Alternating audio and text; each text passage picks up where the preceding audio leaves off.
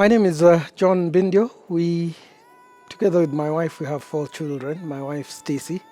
We've been married for 25 years. We thank God for that. Picture this. You're in a supermarket and a kid is throwing tantrums at the candy section where there are chocolates and sweets and screaming and making noise and embarrassing you. And everybody's looking around. Corona is not around, so the supermarket is full. Who's that kid?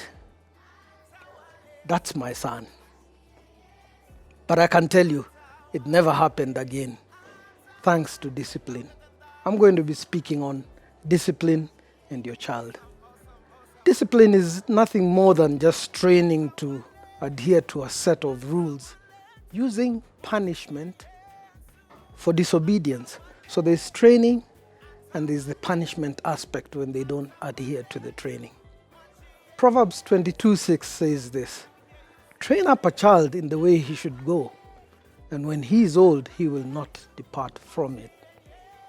What an assurance.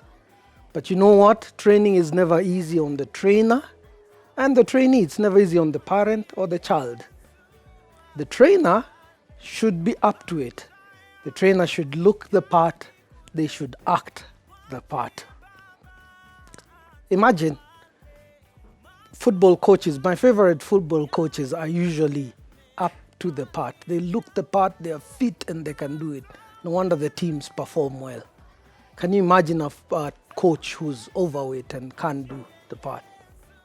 So what do we train the kids in? What disciplines? I must say firstly spiritual, because their relationship with God is important. Their relationship with others. And then the physical, being physically fit. Vocational and financial as they grow up. In all these areas, you, the trainer, the coach, you must be up to it. But you can also be real in areas where you need help. Be genuine. The kids love it when you're genuine. The trainees love it when you're genuine. We always say this in parenting circles. Parenting is caught and not taught. You cannot just say, do this, do that, do the other without you doing it. So if it's, for example, like reading, are you a reader as a parent? Because the kids look and see whether you're reading or not. And that's how they will model after. It's monkey see, monkey do. When there's disobedience, you put in repercussions, now the punishment area. But now how do we train? We've got to have rules in place. Set the rules, have them written. In the olden days, God told the Israelites in Deuteronomy chapter 6, write these rules everywhere. Write them on the walls. Write them on the doorposts. Speak to them when you walk. Speak to them when you sit down. In other words, in every place, make sure the rules are there. We had parents who went through parenting class and they decided they were going home and they wrote the rules and stuck them on their fridge. I really like that. So the same thing, we must have that. Then reinforce. Make sure that every time you reinforce those rules.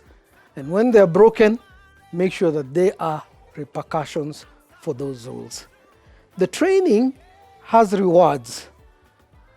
And the training together with the punishment is all encompassed in one word, love. Hebrews 12:6 tells us that God, He punishes and disciplines the children that He loves. The opposite of which is hate. Can you imagine when you do not discipline your child, you're hating on them? Proverbs 13:24 says that the person who spares the rod hates his child. In other words, they are a hater. But the one who disciplines them promptly loves them. So I encourage you, love on your child as you discipline them. Train them in every aspect. I wish you well as you do that. You decide whether to love on them or to hate on them. If I were you, I would love on them. You will appreciate this later. Or can I say you will thank me later?